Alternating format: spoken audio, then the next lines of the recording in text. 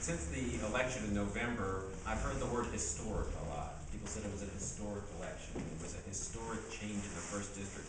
It was historic because we elected our first African-American president. But in the 5.5 weeks that I've actually been on the job, I've heard historic a lot as well. Historic budget deficit, historic unemployment, historic cash problems. These last 5 weeks have been filled with two important duties. One is learning where the bathroom, the lights are, and all the different parts of county government. We have a lot of different departments, individuals who are working every day to do work in the county. And getting to know who those folks are so I can help you when you need them is very important, and for my staff to get to know them. The other part is trying to start wrestling with the budget problems that we're going to be having in the future. The financial situation right now here in the county is very precarious. And when I tell you that people tell me it was historic, there are people who have worked almost their entire career in county government here, and they said they've never seen anything like it. Right now, today, we took action to sue the state of California for non-payment of their funds to us. You pay tax money, you pay your property tax, it's supposed to go up to Sacramento, it's supposed to come back to us. We are mandated as an arm of the state to provide a certain number of services, health and human services, law enforcement, etc. We're supposed to get money from the state. Because it's facing a $42 billion deficit over the next year and a half, has run out of money. And as of February 1st, they say they're not paying anything. We're supposed to get our first check in February, is supposed to be written February 13th. We don't know whether we're going to get it. In fact, we've been told that we're not going to get it. And if this should continue, if they are unable to solve their budget issues up in Sacramento, or they do something that they're threatening to do, which is to defer payments on health and human services for 6 to 9 months, there's a very strong likelihood that the county will run out of cash in May or June, which never happened before. Used to be that when the state gave us IOUs, they could actually take those down to the bank and cash them. The county's bank would be able to deal with them as currency. But we're in this historic period, for better or worse, and neither the banks are strong enough, nor the credit of the state of California is strong enough to be able to support that kind of activity. So we're really in a pretty precarious position, and we don't know where it's going to go. Each week we're told by either the governor or members of the assembly that this is the week we're going to solve the budget. This is the week we've come up with a plan, and it hasn't happened. And they told us again this week there's actually floor sessions. Chances are that the only floor sessions that they'll have this week will be to pass a law saying we can't sue them for the money that they owe us. It's pretty tough times, but when you have big problems, you have to be creative. Right now, each county department is being asked to come up with cuts, about 20%. We're looking at a $25 million deficit for next year.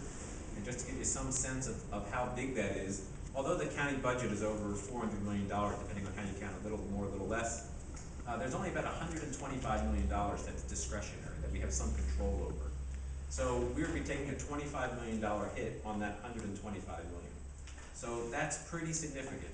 If you look at our general fund budget, half that money, or nearly half that money, goes to law enforcement. So there is lots of challenges that we have in providing basic services and the services that are mandated by the state, because we are not allowed to stop providing these services. Riverside County is actually suing the state in a different suit that we're going to be joining to say we're not going to provide these services anymore. But that has real consequences for real people as well. So we work every day. We're in regular contact with Sacramento, and we're working very hard to figure out how we're going to get through this. In the 5 weeks that I've been there, we've had a number of meetings, and there's a couple things that have happened that affect Live Oak that I thought I'd share with you. One is we had the final vote on what is called the East Cliff Drive Bluff Stabilization Project. which we all think of as a seawall project. And that has finally gone through the Coastal Commission, lots of meetings, lots of hearings, and we're going to start construction on that project, I think in April. There will be some community meetings that are going to be planned for the Pleasure Point community especially, to talk about road closures and what's going to happen. They're going to build the seawall first, and then they're going to work on East Cliff Drive. And that is part of a multi-part work that we're going to be doing on East Cliff Drive over the next couple of years. You know, from the yacht harbor all the way down to 41st Avenue is going to be completely redone with sidewalks, bicycle paths. But it's going to take several years to do it, and it's been broken up into different segments in order to get it done. So we'll be working on that 30th to 41st Avenue segment first. And the seawall is actually interesting in part because there's been conversations with members of the surfing community to keep the kind of rabbit trails that exist. So if you're surfing and you get caught surfing in a place where there aren't stairs and you have a wall that is no longer dirt, you can still get up and get out of the water. And I appreciate that we did something that they don't usually do in order to meet the unique needs of our community and have our great surfing spot in Pleasure Point. The other important piece of news that we voted on last week was the final vote for the construction of the Live Oak Resource Center just down the block here on 17th and Capitola that will house the Live Oak Family Resource Center and the Volunteer Center.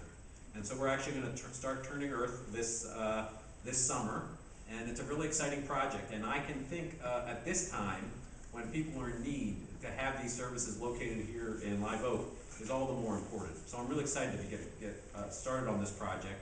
There's a lot of work that's going on into it, and I get to vote on the last vote before it gets started. But I want to acknowledge all the work that my predecessor, Jan Hughes, did to bring it here, and all the work on the seawall and all the controversy that she survived.